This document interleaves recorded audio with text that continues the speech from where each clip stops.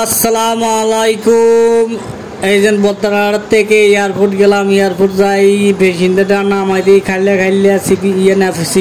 এয়ারপোর্টের মুখে আইলাম, মুখে আই নেপালের মুখে আই গেলাম, গাড়িটা টান দিই খাইলে একটা ভিডিও বানানোর লাই। দেখেন এই দেওয়ালটা কত বড়, দেওয়ালটা যেন একদম আমার সমান দেওয়াল, এত বড় উঁচা দেওয়াল। আমার এই লাইফে আমি এই প্রথম দেখলাম সরকারি কাম এই দিন এমন করে করতে, এমন মজবুত হইতে এই প্রথম দেখছি নি দেওয়ালটা একদম আমার সমান। টান দিয়ে ওষুধতে নিশ্চিন্তি দেখাই, আমরা দেখলে বিশ্বাস করবেন যে দেওয়ালটা কত বড়।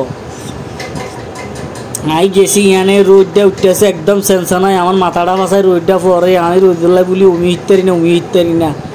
আপনারা তো কম বেশ সবাই জানে না, শহরে থাকি এতলা বলি রোদ্যান সহ্য করতে ওইখান সাগরের ভিউ কান অসাধারণ লাগে ভাই আমার কাছে, বুঝেননি।